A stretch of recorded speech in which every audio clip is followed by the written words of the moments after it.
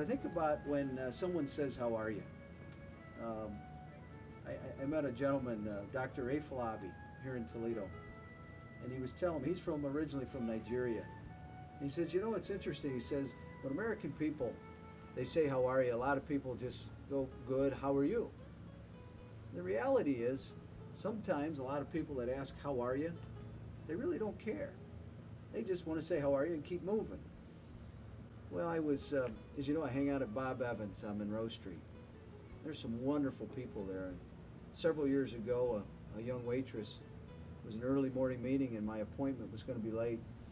And she walked up to me and she said, "How are you?" And my initial response is, "How are you?" And you know, she stopped dead in her tracks and she says, "Thanks for asking, not so good." You know, she ended up sitting down at the table, putting her pot down.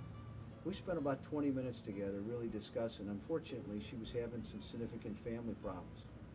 I guess I asked you, when's the last time you said hello and you really meant it? And yet, you know, you ask people, "How are you?" Or how's your day?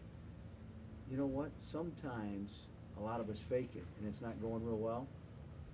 If you're going to ask in the future, "How are you?" maybe take the time to listen, because sometimes people aren't doing so good. And I think that day with that waitress, it made me realize, back to A. Falabi, he said, "In Nigeria we say hello, and they say hello back." He always wondered why people would say, "How are you?" in the United States, because a lot of times people didn't care. Well, Dr. A, it was a great common sense idea to think about that. So when I do say, "How are you?" I mean it. How are you?